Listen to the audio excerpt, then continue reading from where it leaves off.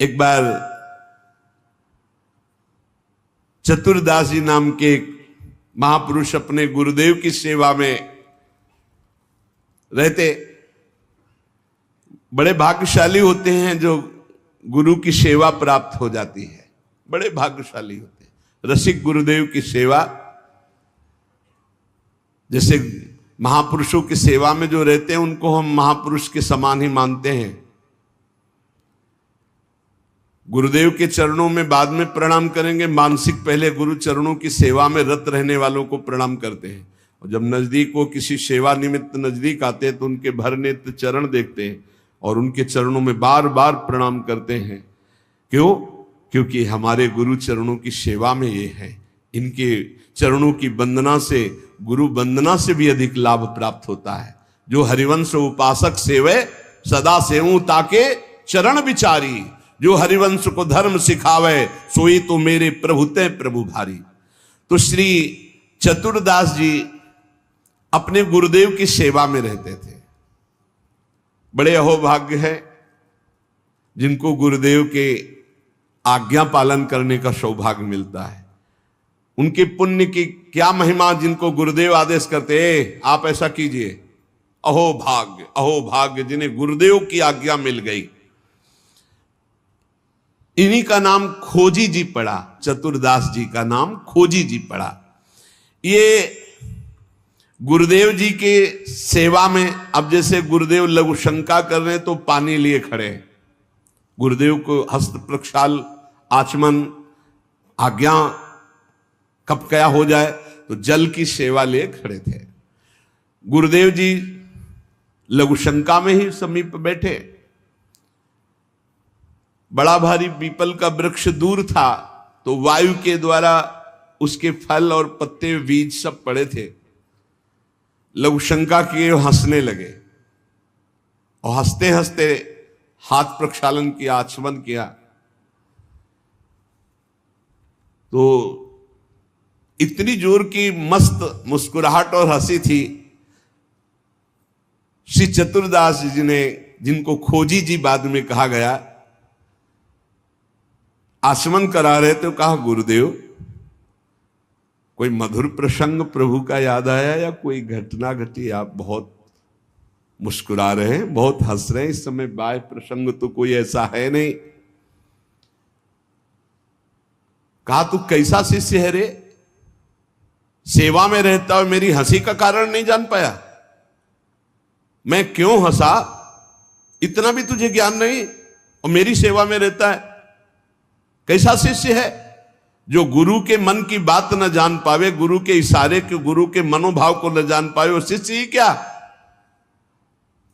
चलो सेवा छोड़ो, मैं क्यों हंसा इसकी खोज करके आओ।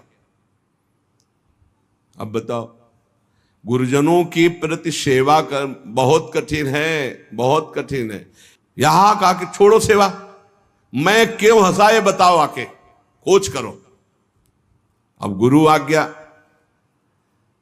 तुम्हारी बुद्धि अब सेवा के अधिकारी नहीं यदि तुम ये नहीं जान सकते मैं क्यों हंसा। हंसे गुरु जी और फंसे चेला जी। आप समझो, अब मतलब कितना कठिन विषय है गुरु सेवा, बहुत कठिन।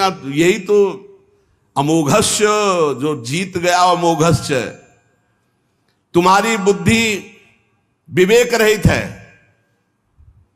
जब तक तुम हमारे हंसने का कारण ज्ञात करके ना हो तब तक तुम्हें हमारे पास कभी नहीं आना चाहिए। चलो जाओ यहां से, आश्रम से। हमारे मन की बात जब जान जाओगे कि मैं क्यों हंसा, उसका कारण सही बताओगे आकर के, और जो मैं मन में सोच रहा था तो फिर सेवा में रख लूंगा, तब मैं मानूंगा कि तुम मेरे सच्चे शिष्य हो और सेवक हो। साष्टांग दंडवत किया, जो आज्ञा गुरुदेव।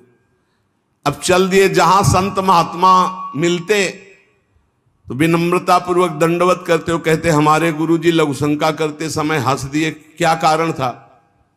तो सब कहते गीता की बात पूछो, भागवत की बात पूछो, वेदों के, तुम्हारे गुरुजी है तो लघु शंका में हंस दिए, हम इसका क्या मतलब बताए? तो और उपहास होता।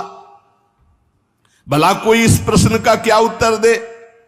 कोई सुलझे हुए महात्मा थे, उन्होंने कहा रामायण गीता भागवत का प्रश्न हो तो अभी मैं उत्तर दे दूं, लेकिन आपके गुरुजी लघुशंका करते हुए क्यों हंसे, इसका हमको ज्ञान कैसे होगा, हम कैसे उत्तर दे आपको, ये तो गुरुजी से ही पूछो जाके।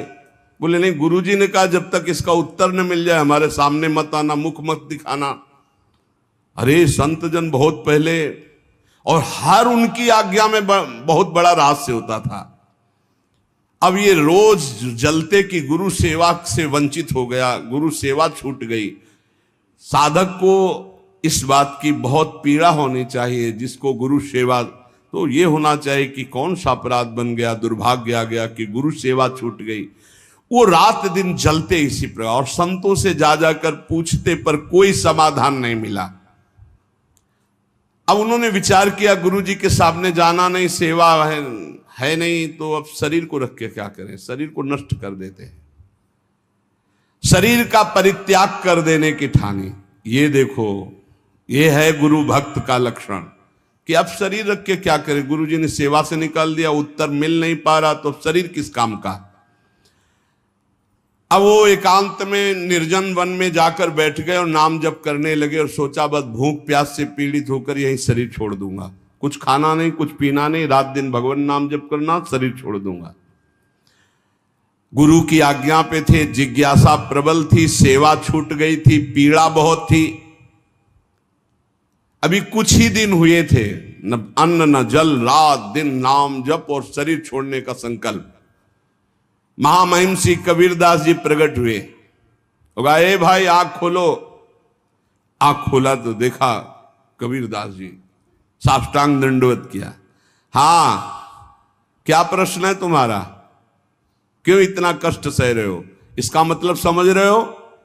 जब कोई सच्ची भावना से भगवान का भजन करता है तो भगवान अपने दिव्य पार्षदों को भेज देते हैं समस्या का समाधान। सुनो, जब तुम्हारे गुरुजी लघुशंका कर रहे थे तो उनकी लघुशंका की ढाल में एक पीपल का बीज बह रहा था।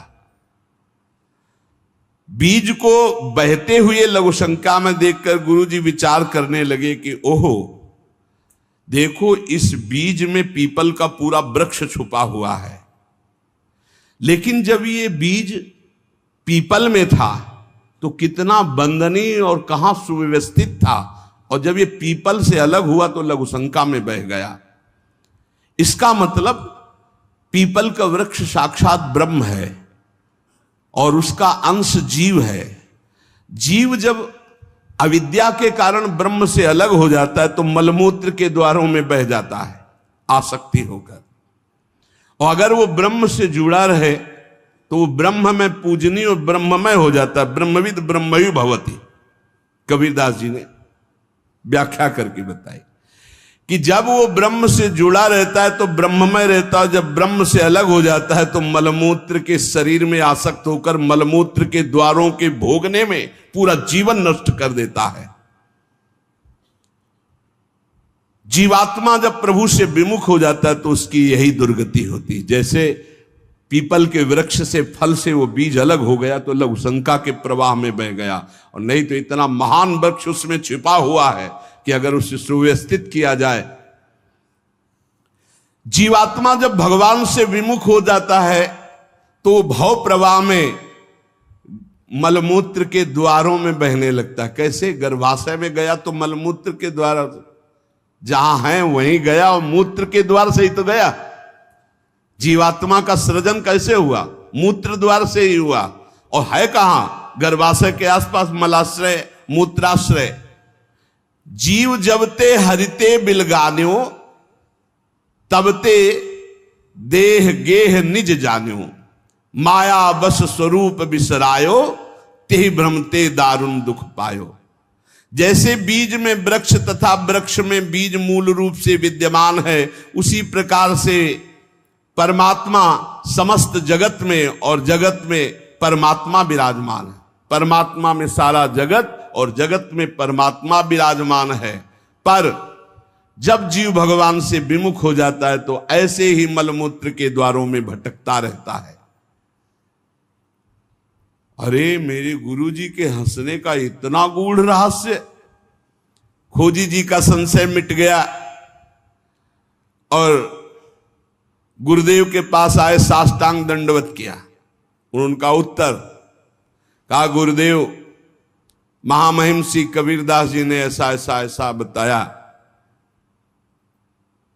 गुरुदेव पुनः मुस्कुराए और कहा, एक प्रश्न ने तुम्हें सिद्ध बना दिया, क्योंकि सिद्ध महापुरुष का दर्शन सिद्ध ही बना देता है।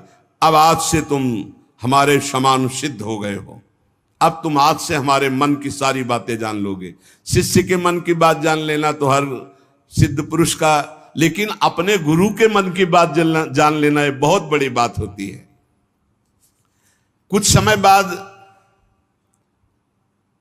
खोजीजू के गुरु हरि भावना प्रवीण महा, देह अंत समय बांधी घंटा सो प्रमानिए, पावे प्रभु जब तब बाजी उठे जानो यही, पाए पैन बाजी बड़ी चिंता मन आनिए, तन त्याग बेर नहीं हुती फेरी पाछे आए, वाही ठोर पौड़ी देखो आम पक्यो मानिए, तोरी ताके टूक किए छोटो एक जंतु मध्य, गयो सो बिलाए बाजी उठो जग जानिए।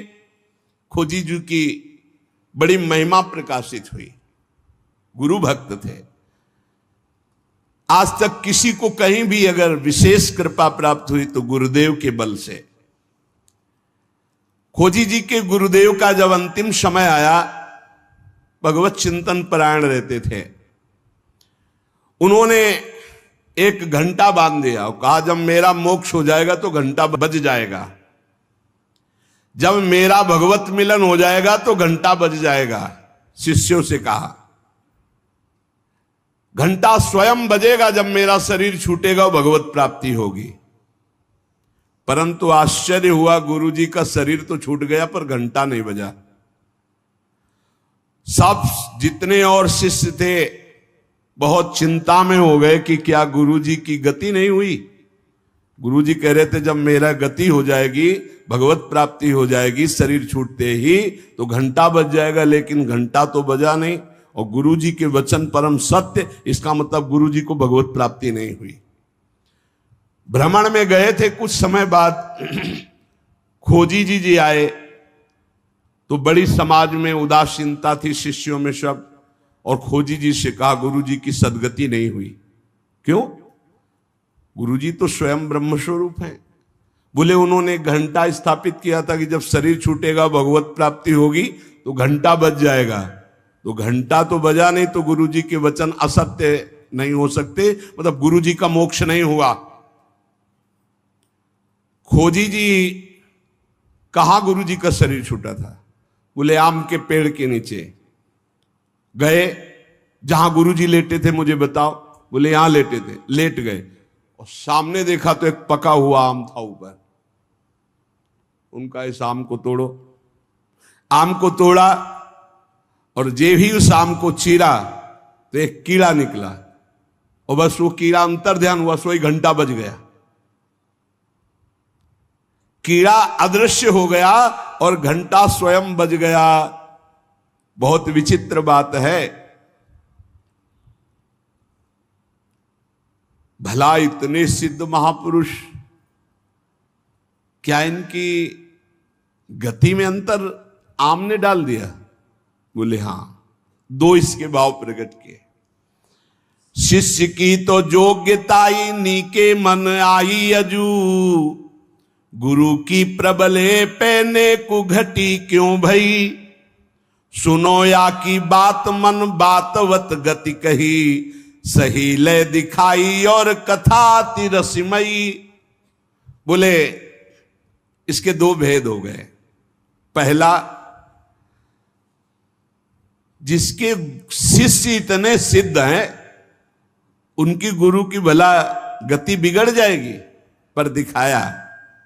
दो भाव इसमें प्रकट किए गए हैं। पहला दिखाया गया, चंचला ही मना कृष्णा प्रमाथि बलवद दृढ़म तस्याहम निग्रहम मन्ने वायुरिव सुदुष्करम।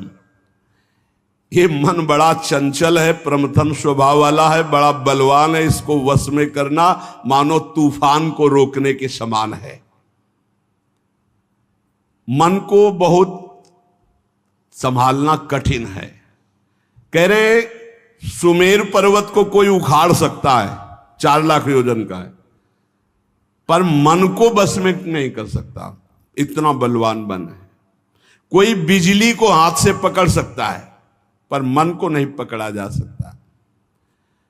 बहुत विचित्र चंचलता है इस मन की, इसको हल्के में ना ले। इतने सिद्ध महापुरुष, और जब उनका अंतिम समय तो पका हुआ आम देखा, पके हुए आम में मन चला गया। कहीं भी बल फंस सकता है। इतने सिद्ध महापुरुष आम में तो घंटा नहीं बजा। ये पहला जन साधारण के लिए। और असाधारण बात थी कि आम में तो मन गया, पर वैष्णव का मन स्वयं भोक्ता होता नहीं। वो तो कोई भी अच्छी चीज देखे तो भगवान में, तो तत्काल भगवान का ध्यान किया कि अब असमर्थ हूं, शरीर छूटने वाला है।